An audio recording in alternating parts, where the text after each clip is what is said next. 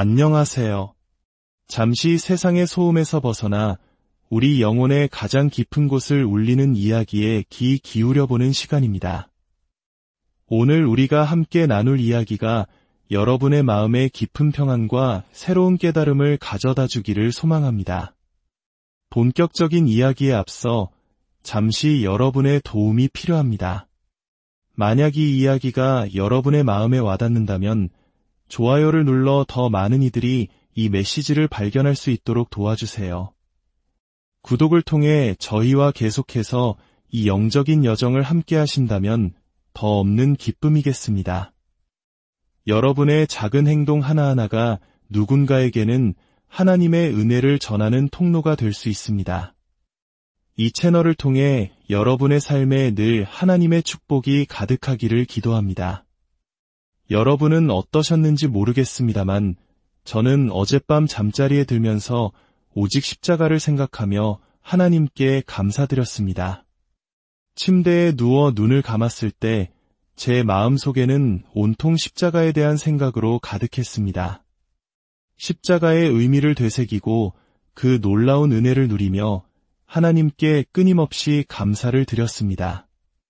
솔직히 고백하자면 매일 밤 제가 이렇게 경건하게 잠드는 것은 아닙니다. 하지만 어젯밤은 특별했습니다. 십자가를 찬양하며 잠이 들었고 아침에 눈을 떴을 때 제 마음속에 가장 먼저 떠오른 생각 역시 하나님, 십자가를 주셔서 감사합니다였습니다. 매일 밤, 매일 아침을 이렇게 살고 싶지만 현실은 그렇지 못할 때가 많습니다. 하지만 어제 들었던 어떤 메시지가 제 마음을 그렇게 이끌었습니다. 진정한 설교란 바로 이런 것이 아닐까요? 설교자나 다른 어떤 사람을 생각하게 하는 것이 아니라 오직 예수님을 찬양하게 만드는 것. 저는 감탄했습니다. 정말 놀랍다. 어젯밤부터 오늘 아침까지 제 머릿속을 맴돈 생각은 오직 이것뿐이었습니다. 하나님, 당신은 정말 위대하십니다. 어떻게 그런 일을 하실 수 있었나요? 어떻게 우리를 그토록 사랑하실 수 있었나요? 저는 심지어 하나님께 이렇게 기도했습니다. 하나님, 제가 당신께 진심으로 깊이 감사할 수 있도록 도와주세요. 당신이 저를 위해 하신 일에 대해 건성으로 감사합니다라고 말하고 싶지 않습니다. 세례 요한을 떠올려 봅니다. 그의 존재 이유는 오직 하나, 예수님을 가리키는 것이었습니다. 보라, 저기 그분이 계시다. 세상 죄를 지고 가는 하나님의 어린 양이로다. 그는 사람들을 예수님께로 인도한 후 자신의 역할을 다했다고 생각했습니다. 요한복음 3장을 보면 어떤 사람들이 세례 요한에게 와서 말합니다. 보시오, 당신의 제자들이 당신을 떠나 예수에게로 가고 있습니다. 그러자 세례 요한은 이렇게 대답합니다. 그것이 바로 내 계획이었소. 그는 흥하여야 하겠고 나는 쇠하여야 하리라. 이것이 바로 세례 요한의 사명이었습니다. 제자들이 예수님을 따르는 것은 당연한 일이며 좋은 일이었습니다. 이것이 바로 우리가 하려는 일입니다. 어떻게든 여러분을 예수님의 발 앞에 내려놓고 여러분이 그분과 함께 걸어가도록 하는 것입니다. 지난 목요일 저는 제 큰딸을 처음으로 대학교에 데려다 주었습니다. 이제 가렴, 아가야. 이제 너의 세상이야. 시원섭섭한 마음이 들었습니다. 갓 태어나 피덩이였던 아이를 병원에서 집으로 데려오던 날이 생생한데 이제는 떠나보내야 한다니요. 하지만 동시에 좋은 일이었습니다. 이제 저는 작아져야 합니다. 아이는 이제 예수님과 함께 가야 합니다. 이제 너와 예수님 둘만의 시간이야. 아빠보다 더 좋으신 분의 손에 있으니 괜찮아. 그분께 더 가까이 다가가렴. 어젯밤 겟세마네 동산에서 고뇌하시던 예수님에 대한 이야기를 들으며 저는 5아이의 아빠로서 제 큰딸을 떠올리지 않을 수 없었습니다. 만약 제 딸이 저를 바라보며 아빠, 다른 길은 없나요? 라고 묻는다면 제 마음이 어떨까요? 예수님께서는 내 마음이 심히 고민하여 죽게 되었으니 라고 말씀하셨습니다. 그분은 이미 죽음과 같은 고통을 느끼고 계셨습니다. 이 고통이 저를 죽일 것 같습니다. 저는 죽을 만큼 슬픕니다. 그런 심정으로 아버지께 나아가 아빠, 다른 길은 없나요? 라고 3번이나 물으셨습니다. 땀방울이 핏방울처럼 변할 정도의 극심한 고통 속에서 말입니다. 제 딸이 피를 흘리며 제게 와서 아빠, 다른 방법은 없나요? 지금 당장 죽을 것 같아요. 라고 3번이나 애원한다면 저는 아빠로서 그 모습을 어떻게 지켜볼 수 있을까요? 하지만 예수님은 이어서 말씀하십니다. 그러나 나의 원대로 마시옵고 아버지의 원대로 하옵소서. 피땀을 흘리시며 할 수만 있다면 이 잔을 내게서 옮기시옵소서. 그러나 나의 원대로 마시고 아버지의 뜻대로 하소서. 그리고 성경은 그를 상하게 하는 것이 여호와의 뜻이었다고 기록합니다. 밤새도록 저는 생각했습니다. 하나님, 믿을 수가 없습니다. 저를 위해 그런 고통을 겪으셨단 말입니까? 주님, 제가 당신께 감사하도록 도와주소서. 제 힘으로는 이 은혜에 합당한 감사를 드릴 수 없습니다. 그저 십자가 감사합니다라고 말하고 싶지 않습니다. 하나님, 제 안에 있는 모든 것을 다해 당신께 감사하도록 도와주소서. 제가 하고 싶은 것은 오직 그분을 찬양하고 또 찬양하고 감사하고 또 감사하는 것뿐입니다. 우리는 십자가를 떠나서는 안 됩니다. 십자가에서 다른 곳으로 옮겨가서도 안 됩니다.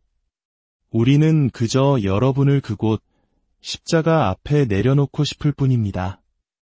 이 자리에서는 모든 사람들은 한 목소리로 말할 것입니다.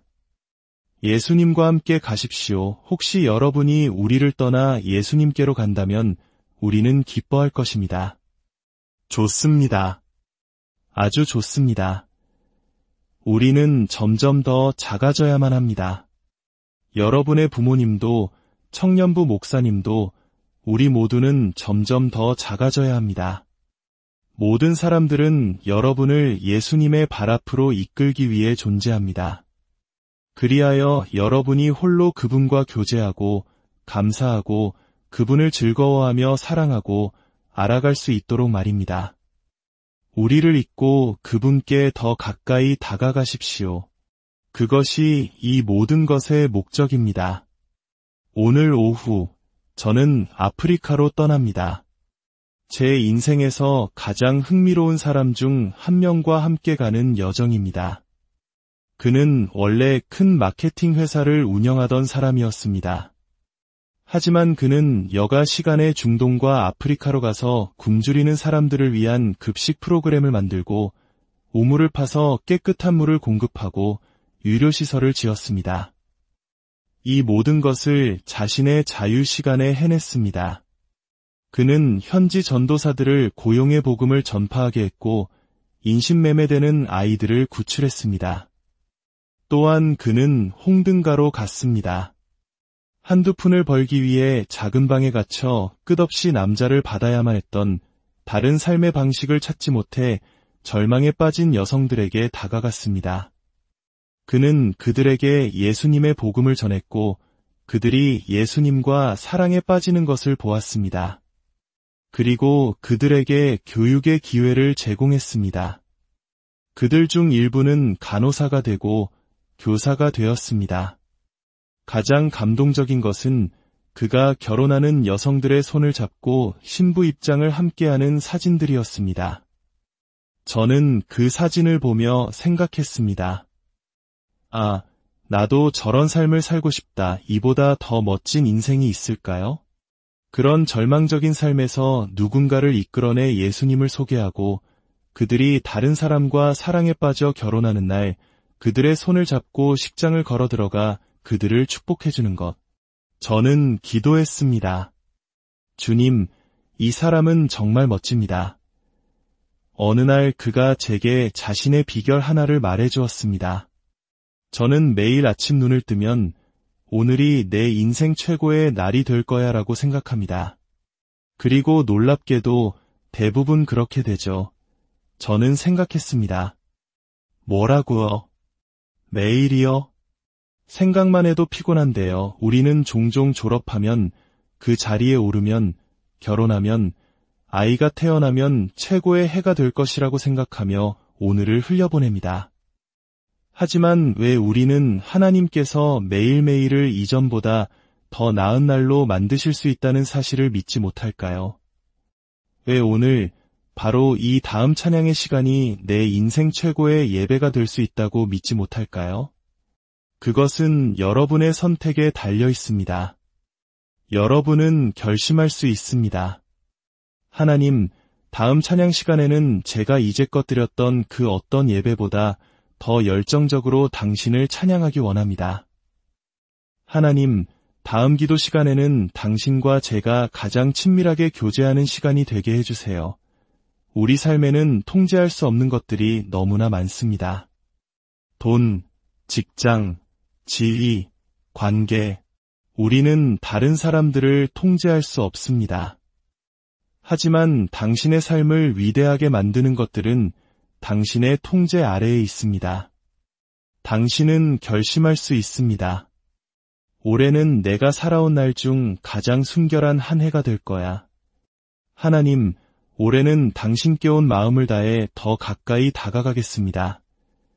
저는 베드로후서 1장의 말씀을 사랑합니다. 1절은 이렇게 말합니다. 예수 그리스도의 종이며 사도인 시몬 베드로는 우리 하나님과 구주 예수 그리스도의 의를 힘입어 동일하게 보배로운 믿음을 우리와 함께 받은 자들에게 편지하노니. 저는 이 구절을 사랑합니다. 사도 베드로가 바로 당신에게, 우리에게 말하고 있습니다. 당신이 사도 베드로와 동일하게 보배로운 믿음을 받았다고 말입니다. 제발 여러분이 신앙 안에서 다른 누군가보다 열등하다는 생각을 머릿속에서 지워버리십시오. 어떤 사람들은 제게 이렇게 말합니다. 목사님이니까 그게 쉽겠죠. 그게 무슨 의미일까요? 우리는 종종 저 사람은 저 사람이고 나는 나야라고 생각합니다. 하지만 그것은 성경적이지 않습니다. 베드로는 당신이 동등한 믿음을 받았다고 말합니다. 3절을 보십시오. 그의 신성한 능력이 생명과 경건에 속한 모든 것을 우리에게 주셨으니 하나님의 신성한 능력이 생명과 경건에 관한 한 당신에게 필요한 모든 것을 이미 주셨습니다. 여러분, 이 사실을 믿으십니까? 당신은 베드로와 동등한 위치에 있으며 하나님께서는 그의 능력으로 당신에게 필요한 모든 것을 주셨습니다. 물론 우리에게는 한계가 있습니다. 저는 지적으로나 신체적으로 최고가 아닐 수 있습니다. 하지만 성경은 생명과 경건에 관한 모든 것을 주셨다고 말합니다. 제가 이 방에서 가장 운동을 잘하는 사람이 될 수는 없겠지만 제가 이 방에서 가장 살아있는 사람, 가장 경건한 사람이 되지 못할 이유는 없습니다. 여러분도 마찬가지입니다. 하나님은 이미 여러분에게 필요한 모든 것을 주셨습니다. 하나님께서는 여러분이 가장 순결한 마음을 가질 수 있도록 모든 것을 주셨다는 사실을 아십니까? 여러분은 성령의 능력으로 눈과 언약을 맺고 자신을 정결하게 해달라고 기도할 수 있습니다. 올해를 제 인생에서 가장 순결한 해로 만들어 주십시오. 4절은 훨씬 더 놀랍습니다. 이로써 그 보배롭고 지극히 큰 약속을 우리에게 주사 이 약속으로 말미암아 너희가 신성한 성품에 참여하는 자가 되게 하려 하셨느니라 믿어지십니까? 당신은 그저 하나님이 곁에서 도와주시는 존재가 아니라 하나님의 신성한 성품에 실제로 참여하는 자가 될 수 있습니다. 이것이 바로 하나님의 약속입니다. 혹시 구약 성경에 나오는 기적들을 읽으며 하나님, 저런 기적 하나만이라도 제 눈으로 보게 해주세요라고 생각해 본 적이 있습니까? 하늘에서 불이 내리거나 누군가 불타는 풀무불에 던져졌는데도 타지 않는 모습을 보고 싶다고 말입니다. 혹은 신약 성경에서 예수님이 행하신 기적, 가령 물 위를 걷는 모습을 단 한 번이라도 보고 싶다고 소망한 적은 없습니까? 만약 우리가 그런 과거의 기적들을 갈망하고 있다면 그것은 우리가 성령님에 대해 오해하고 있거나 제대로 경험하지 못하고 있다는 증거입니다. 왜냐하면 구약의 모든 사람들은 바로 오늘 우리가 사는 이 시대를 갈망했기 때문입니다. 에스겔 36장에서 하나님은 약속하셨습니다. 또 새 영을 너희 속에 두고 새 마음을 너희에게 주되 또 내 영을 너희 속에 두어 너희로 내 율례를 행하게 하리니 그들은 하나님의 영, 성령께서 사람들 안에 거하시게 될 날을 부러워했습니다. 지성소 안에만 머무시던 그 거룩하고 강력한 영이 사람의 마음속으로 직접 들어오신다는 사실에 그들은 경탄했습니다. 에스겔 37장에는 마른 뼈 골짜기의 환상이 나옵니다. 에스겔이 하나님의 말씀을 대언하자 마른 뼈들이 서로 달라붙고 힘줄과 살이 생기고 가죽이 덮였습니다. 그리고 생기가 들어가자 그들은 살아나 큰 군대를 이루었습니다. 상상해 보십시오. 만약 지금 제 앞에 놓인 이 마른 닭뼈들이 갑자기 서로 달라붙고 살과 깃털이 돋아나더니 살아있는 닭이 되어 무대에서 뛰어내린다면 어떻겠습니까? 여러분은 아마 평생 그 광경을 잊지 못할 것입니다. 말도 안 돼. 마른 뼈가 닭이 됐어. 여러분의 삶은 완전히 바뀔 것입니다. 성경은 바로 그것이 사람들이 당신을 볼 때 보아야 할 모습이라고 말합니다. 세상 사람들은 당신을 보고 물어야 합니다.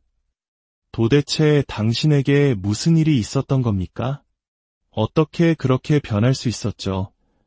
이것이 바로 우리 안에서 일어나야 할 기적입니다. 우리는 더 이상 구약의 기적을 부러워하거나 예수님과 함께 걷던 시절을 그리워할 필요가 없습니다. 예수님께서는 내가 떠나가는 것이 너희에게 유익이라고 말씀하셨기 때문입니다. 우리는 하나님의 신성한 성품에 참여하는 자들입니다. 우리는 목회자나 다른 사람들을 우상화하는 것을 멈춰야 합니다. 물론 그들을 통해 배우고 성장해야 하지만 그들은 단지 여러분을 예수님의 발 앞에 내려놓기 위해 존재할 뿐입니다.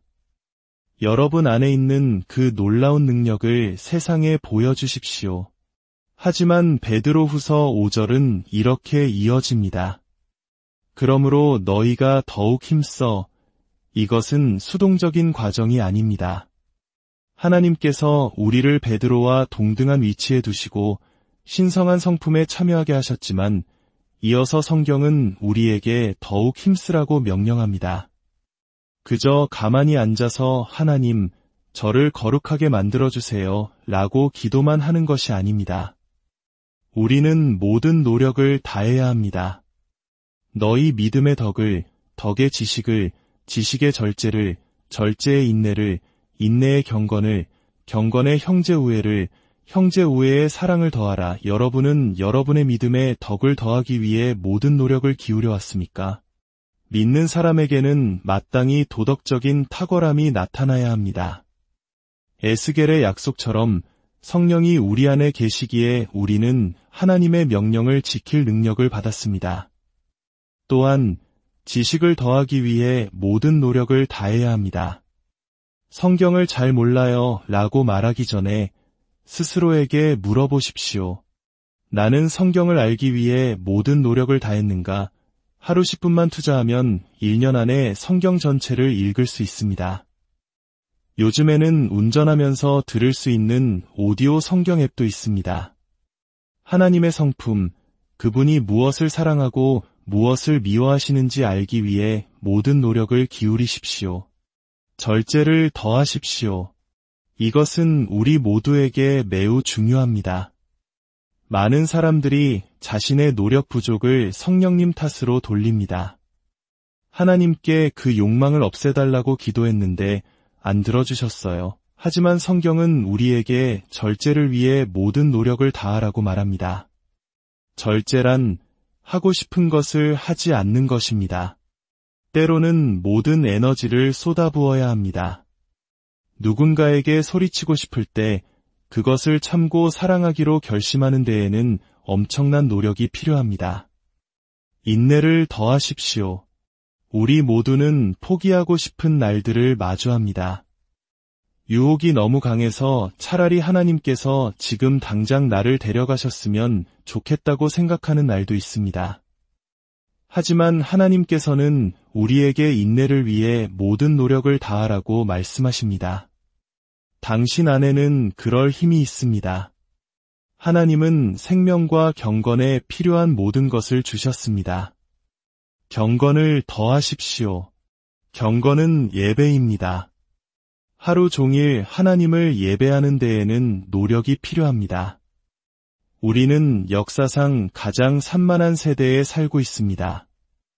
때로는 라디오를 끄는 것조차 엄청난 노력이 필요합니다.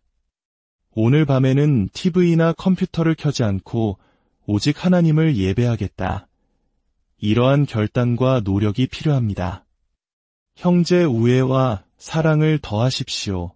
사람들은 당신을 짜증나게 할 것입니다. 신학적으로 다른 견해를 가진 사람들도 있을 것입니다. 하지만 우리는 그들을 향한 형제적 애정을 추구하기 위해 모든 노력을 다해야 합니다. 불신자, 가난한 자, 심지어 원수까지도 사랑하기 위해 노력해야 합니다. 8절은 이렇게 약속합니다. 이런 것이 너희에게 있어 흡족한즉 너희로 우리 주 예수 그리스도를 알기에 게으르지 않고 열매 없는 자가 되지 않게 하려니와 만약 여러분이 이러한 성품들을 추구하고 발전시킨다면 하나님은 여러분의 삶이 결코 비효율적이거나 열매 맺지 못하는 삶이 되지 않을 것이라고 보장하십니다. 우리는 종종 순서를 거꾸로 생각합니다. 위대한 일을 하고 싶어 합니다. 하지만 성경은 말합니다. 위대한 사람이 되기 위해 노력하십시오. 그러면 하나님께서 당신을 통해 위대한 일을 행하실 것을 약속하십니다. 당신이 지금 무엇을 해야 할지 모르겠다면 바로 이것을 하십시오. 덕, 지식, 절제, 인내, 경건, 형제 우애, 사랑을 추구하십시오. 그러면 당신의 삶은 결코 낭비되지 않을 것입니다. 9절은 경고합니다. 이런 것이 없는 자는 맹인이라 멀리 보지 못하고 그의 옛 죄가 깨끗하게 된 것을 잊었느니라. 이러한 성품이 부족한 사람은 근시안적이 되어 눈이 먼 것과 같다고 말합니다. 근시안적인 사람은 바로 눈앞에 있는 것밖에 보지 못합니다. 예를 들어 아끼던 스마트폰 액정이 깨졌다고 상상해 보십시오. 그 순간 우리의 모든 생각은 깨진 액정에만 집중됩니다. 사도 베드로와 동등한 믿음을 가졌다는 사실, 하나님의 신성한 성품에 참여하는 자가 되었다는 사실, 생명과 경건에 필요한 모든 것을 받았다는 사실, 그리고 언젠가 예수 그리스도의 십자가 덕분에 하나님 앞에 완전히 정결하게 설 것이라는 사실을 모두 잊어버립니다. 영원한 하나님 나라의 상속자가 되었다는 사실도 있고 오직 깨진 액정만 바라보며 괴로워합니다. 이것이 바로 근시안적인 맹인의 모습입니다. 우리의 인생은 길지 않습니다. 너무나 더덥고 일시적입니다. 눈앞의 문제들에 매몰되어 영원한 영적 실제를 놓치지 마십시오. 그래서 고린도후서 4장 17절은 말합니다. 우리가 잠시 받는 환난에 경한 것이 지극히 크고 영원한 영광에 중한 것을 우리에게 이루게 함이니 우리의 고통이 가볍고 순간적이라고 느껴지지 않을 수 있습니다. 하지만 하나님은 그것이 영원한 영광을 이루고 있다고 말씀하십니다. 그러므로 우리는 보이는 것을 주목하지 말고 보이지 않는 것을 주목해야 합니다. 보이는 것은 잠깐이요, 보이지 않는 것은 영원하기 때문입니다. 열왕기하 6장에는 엘리사와 그의 사환 이야기가 나옵니다. 적군이 그들을 죽이려고 집을 둘러쌌을 때 사환은 두려움에 떨었습니다. 그러자 엘리사는 기도했습니다. 여호와여 원하건대 그의 눈을 열어보게 하옵소서. 그러자 하나님께서 그 사환의 눈을 여셨고 그는 불말과 불병거가 산에 가득하여 엘리사를 둘러싼 것을 보게 되었습니다. 저는 여러분을 위해 이 기도를 드려왔습니다. 하나님, 이 젊은 세대의 눈을 열어주소서. 그들이 인생 처음으로 영적인 실제를 보게 하소서. 여러분을 근시안적으로 만드는 것들, 즉 직장, 학업, 관계 등 이 모든 일시적인 것들에서 눈을 떼게 하소서. 당신이 하나님의 신성한 성품에 참여하는 자임을 보게 하소서. 사도 베드로가 바로 옆에 서 있더라도 당신과 그는 동등한 존재임을 보게 하소서. 이제 잠시 고개를 숙이고 눈을 감아 주십시오. 근시안적이 되지 마십시오. 지금 당장 보고 만질 수 있는 모든 것을 잊고 보이지 않는 것들을 바라보십시오. 비록 우리가 그분을 보지 못하나 우리는 그분을 사랑합니다. 하늘 보좌에 앉으신 그분의 영광을 상상하십시오. 천사들이 거룩하다, 거룩하다, 거룩하다 외치고 있습니다. 그 하나님께서 아들이 아버지, 다른 길은 없습니까? 라고 부르짖는 것을 지켜보셨습니다. 그리고 너를 위해 그를 상하게 하는 것이 나의 뜻이다. 라고 말씀하셨습니다. 보이는 것들에 눈이 멀지 마십시오. 지금 여러분의 영으로, 영과 진리로 하나님께 기도하십시오. 그리고 십자가에 대해 그분께 감사드리십시오.